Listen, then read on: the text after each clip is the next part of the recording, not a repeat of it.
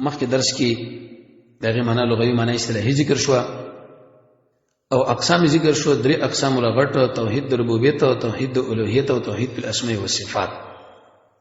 او دا خبره ثابته شو چې دا یو بل سره دا لازم او ملزوم دي. وجه دا چې کفارو په دې باندې اقرار کوي چې رب العالمین خالق دی، رازق دی، ژوندې کوونکی دی، مړ کوونکی دی، خلقو له خیر ورکوونکی دی، تدبیر د کارونو کوي، لیکن عبادت د رب العالمین پورې خاص نه خاص کول نو په تقریبا دا جنت او اخرت دی نشي. او درې مدا خبره ذکر کړه چې توحید د الوهیت هغه د ټول انبیانو د دعوت مرکزی مسله ده. نن به دا خبره ذکر کو د توحید اهمیت او فضیلت سره. تقریبا سل فائدې علما دې ذکر کړی دي، خو یو څه موږ تاسو ذکر کوو د الله په فضل کرم سره. اول لوی اهمیت او فضیلت دا دی چې توحید د اسلام په ارکانو کې قوي رکن دی او غټ رکن دی، مضبوط رکن دی. لوی خیمه ده. هیڅ یو سړي لپاره دا مناسب ده چې هغه جنت له ور داخل شي مګر په هغه ټیم کې چې د په توحید باندې اقرار کړي، لا اله الا الله باندې، او اقرار به دې خبره باندې وکړي چې څومره اقسام د بندګۍ دا ټول د رب العالمین پورې خاص دي. هیڅوک د عرش نه ولې تر پرشه پورې به مخلوقاتو کې لایق دي چې هغه د بندګۍ وشي. رسول الله صلی الله علیه وسلم فرمایي: "بني الاسلام على خمس". د اسلام دین په پنځو شیانو باندې جوړ دی. دلته به زین له سوال لږ چې د بنیاد او تهذاب او د برکت ټول اسلام دی. عنوان او معنون کې خبره ده. شهادتي، شهادت، شهادت درې وړ قرات راغلي دي. یو ګوي ورکول د دې خبره چې ان لا اله الا الله وان محمد الله رسول الله صلی الله علیه وسلم. دلته وګوره پیغمبر علیه الصلاه والسلام په دې حدیث کې هغه تهذاب کې بنیاد کې رکن کې مضبوط شي چې د اولنې توحید ذکر کې لا اله الا الله. دې سره د منځ په باندې د زکات ورکول دا ډول ولې ذکر کړه. عبد الله بن مسعود فرمایي: "اطیع الله", چې وسړی الله منی رسول نه منی دا منل الله نه شي کېږي. یو سړی منځ کې زکات نه ورکې دا منځ الله باندې نه شي کېږي. یو سړی امر بالمعروف کې نهي منکر نه کې دا امر بالمعروف نه شي کېږي. به شیخ الاسلام فرمایي چې په انسان کې تقریبا دوه روحاني مرزونه پیدا کېږي، یو د حکومت او بل د قشان درې مال. سړی چې کله حکومت ولا چې د عام خلک دله واړه ښکاري نو پیښه دا په دې وخت کې الله عزوجل په د باندې منځروري کې چې سجده وکي د زړه نه دماغ نه اغه نشه وزي چې لیواله زما د لیواله خو د بل چا شي رب العالمین. او بل چې کله سړی مالدار شي عام خلک بدل غریبانه ښکاري وغه باندې بيدا ځان اوچت کړي الله وی زکات ورکا خدای مال خیره دي او کم نقصان چې د مال د وجه نستا بزړه کې پیدا شي هغه وته. زکات به تقریبا سلوک فائدې علماء لیکلي دي غیر زیاتي. او په دې کې اختلاف دی چې زکات مکه کې فرض کې مدینه کې یو قول دا چې په مدینه کې نبی مکه کې چې کوم لزکات فاعلون ذکر کیږي وي الته مراد تزکیه النفس دی. هغه کارونه چې په هغه بد اخلاق ختميږي او ښه اخلاق راځي. محمد رسول الله صلی الله علیه وسلم چې کله پیغمبر شو درې کال د ارقام کې دا پروګرام وکړ. بد اخلاق بل کول د خلکو نه ښه اخلاق ورته ذکول. صاحب د نظر نعیم دی بارے کتاب له بدول جلد 300 تخوینی ذکر کړي 200 ایجابي او 100 سلبي. خو لیکن ابن کثیر او د قشا مبارک فوری چې بری دي چې نه زکات په مکه کې فرض دی، ارچ مدینه د الته کې تقادیر معلوم شي دي. او صوم رمضان د رمضان روزنی او حج بیت الله. نو په دې حدیث کې محمد رسول الله صلی الله علیه وسلم د توحید اهمیت ذکر کړی دی. هغه دا تهذاب دی، جرړه دا بنیاد دی. دویمه توحید چې دا په اول د واجباتو کې دی، معنا دا په ټول اعمالو باندې مقدم دی او په ټول مهمو شیانو باندې مقدم دی. دې درجه ډیره اوچته ده، دې حیثیت ډیر غټ دی. دې وجنه دا ولنه هغه شی چې محمد رسول الله صلی الله علیه وسلم دې دعوت ورکړي د نور خلقو. نبی کریم علیه الصلاه والسلام معاذ بن جبل له ولادت دوه الیو څلور درش کلو عمر کې تعن په مرض باندې شي شوی دی. یمن له شکل لګل نه په سورلی باندې شروع کړو رسول الله صلی الله علیه وسلم لاندې روان ورته وی چې رسول الله زکه تکیګم نه کله چې سړی مرسل وی دا اهتمام به دي چې وکړي شي. دې خبره ورته وکړلې خو یو ورته دی وکړه چې انك تاتي قوما تبي قوم لو ورزيد اهل كتابنا نو فليكن موجود شي اول ما اول هغه څه داخله ورته دعوتي شهادت ان لا اله الا الله غوي دې خبره چې نشته حقدار بندګي سوا الله نه بل وېد کې راځي الى ان تر دې پوری چې دې توحید الله اومني. وسوګورا په دې حدیث کې دا خبره محمد رسول الله صلی الله علیه وسلم معلومه کړه، توحید اهمیت معلوم کې دغه عظمت معلوم کې چې معاذ بن جبل دا فرمایي چې کله ته خلکو له ورزین اولانې خبره ورسره دا کوا څه ورته وایي چې لا اله الا الله نشته حقدار د بندګۍ سوا د الله نه او تاسو الله ټول اقسام د بندګۍ دغه پورې خاص کړي. دریمه حیثیت دې دا دی چې عبادت نه قبلېږي مګر په توحید باندې. څه مطلب؟ که توحید درکې عقیده د توحید عمل به الله قبلې او کني یو عمل د الله نه قبلې. دلیل به دې باندې چې توحید د ټول اعمالو لپاره شرط دی، د غیر قبولیت لپاره دا اساس دی. دې وجنه د عبادت د قبلېدو لپاره توحید دی، صدق دی، اخلاص دی، احتساب دی، د رسول الله صلی الله علیه وسلم تابعداري ده، پر دې حق ادا کول دي. په دې وجه باندې به عمل کې چې الله او رسول ویلي دي، د حرامو نه بزان ساتي، رب العالمین له بزان ذلیل کی، د الله سره به مینه او غیره. اهل علم دا فرمایي وی عبادت لا عبادت په هغه وخت کې ویل کېږي چې توحید پکې، لکه څنګه چې د مونږ په هغه وخت کې کېږي چې کله په دې کې طهارت وي، و الا که یسلط طهارت ولا نه او د سورانی دا مونږ کې مونږ الله دربار کې قبلېږي نه، کله وحاشا حق زده. ورسره براش عبادت په لغت کې ویل شي عاجزه او په اصطلاح کې بذل الوصف طاعت الله عز وجل، یا الطاعه مع غايه الخضوع الى وقف ما كلف به مع اعتقاد الوهيه المعبود. د رب العالمین خبره منل سره د عقیده چې الله عز وجل زموږ معبود دی. عبادت عامه، عبادت خاصه، عامه منه مشرک هم کله تکلیف کې الله تعالی منډه والی. عبادت خاصه هغه به دوه قسم دي، علمي او عملي. علمي به دوه قسم دي، علم بالله وبدينه. بالله کې به په زمانه غانې مفسرین کړي دي چې الله عز وجل موجود دی، الله عز وجل یکتا دی، الله عز وجل مختار دی په کارونو کې، الله رب العزت د هر قسمه نقصانونو نه پاک دی، رب العالمین له ټول صفاتونو د کمال دي. او بدينه دي کې دوه معنی غانې دي، دین د الله قران او سنت ته یې دین معنی قیامت. او عملی به دوه قسمه دي، بعض خلکو نه مصابات ختميږي، بعضونه نه. عبادت کې به څلور قسمه خلک دي، بعض خلک عبادت په دې وجه باندې کوي چې جنت الله راکړي، بعض خلک په دې وجه باندې کوي چې الله د امر امتثال دي، بعض په دې وجه باندې کوي چې ریاضت د نفس راشي، او بعض په دې وجه باندې کوي چې دا ټول پکې مراد شي. کله بچا کې اخلاص وي عمل نه، کله عملي اخلاص نه، کله دواړه نه، او کله دواړه بچا کې موجود دي.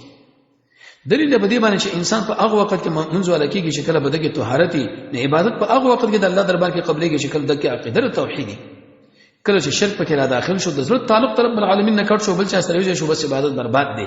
لکه بيودشي چې کله په طهارت کې داخله شو هغه او داس برباد دي. عبادت بغیر توحید نه دا شرک ګرځيږي، شرک عمل بربادي، د قشان ختمي. او کوم سړی چې هغه په عقیده کې شرک راغی، الله عزوجل ابد الابد په دې ور کې به غورځي.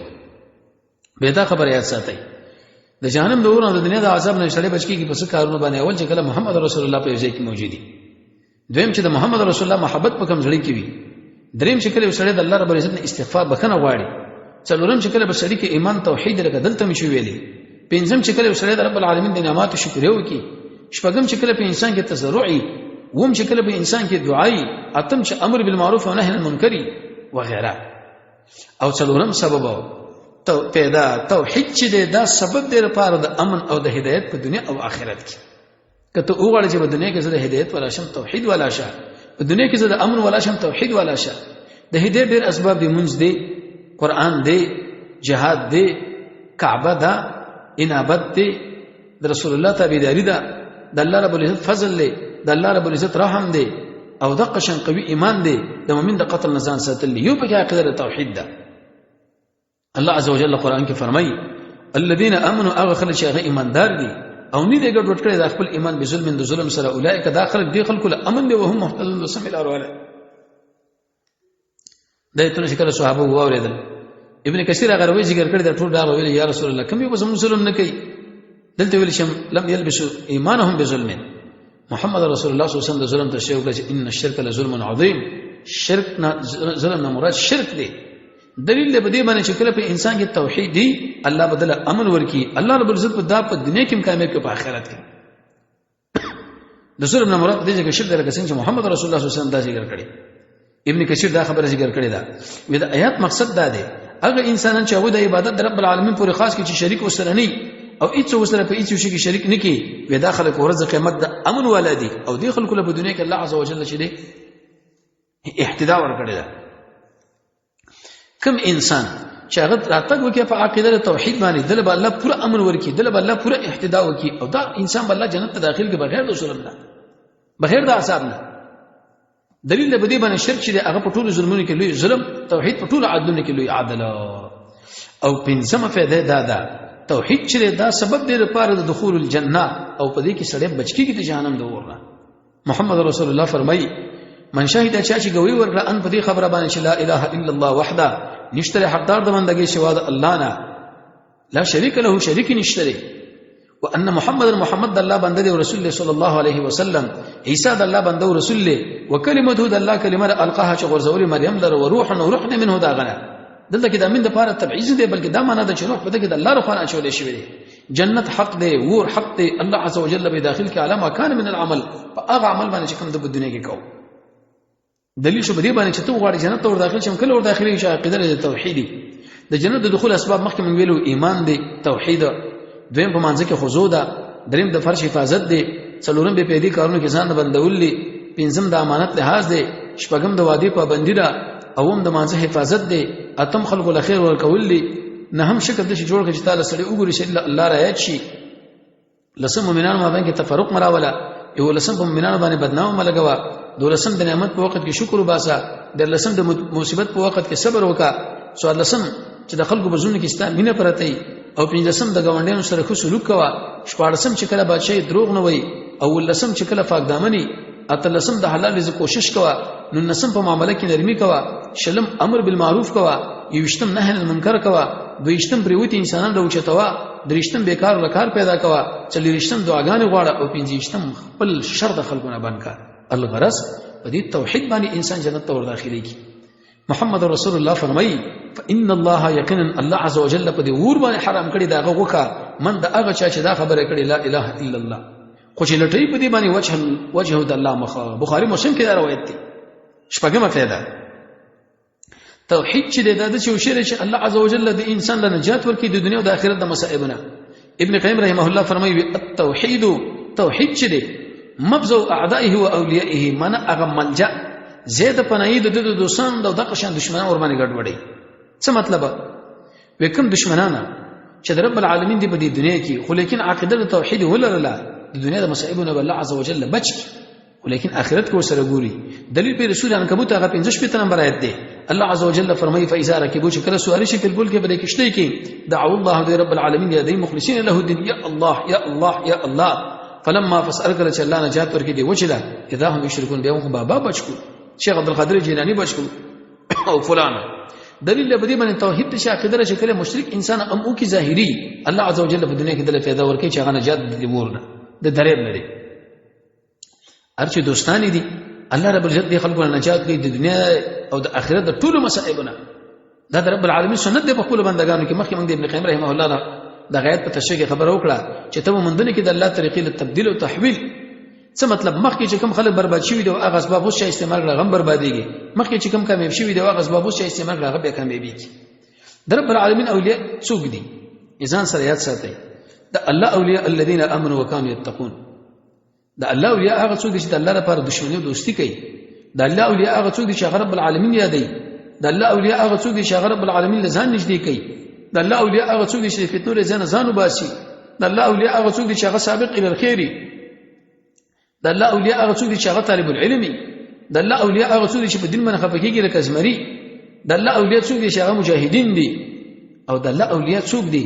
اهل علم فرمایي چې عمل پټ کوي.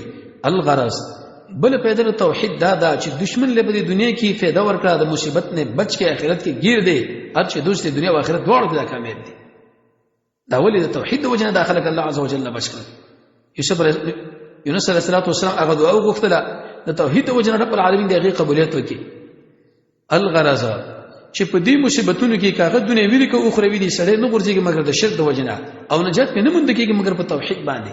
او هم فایده توحید چې دی ودا د شی حکمت دی چې رب العالمین انسانانو پیران د دې وجنه پیدا کړی دی. قران کې الله فرمایي چې وما خلقت الجن والانس الا ليعبدون. من دې پیدا کړی د انسانانو پیران مګر د پاره دي چې زما بندګي وکړي. الی یوحدون. کته داخله غوږ الله بندګي نه کوي، جواب دا عبادت عامه او خاصه دواړه دی. یې مکلف کوم دې بندګي باندې. الغرض هیڅ رسول نه درېږل شوی، هیڅ کتاب نه نازل کړی شوی، هیڅ شرع نه جایز کړی شوی مگر د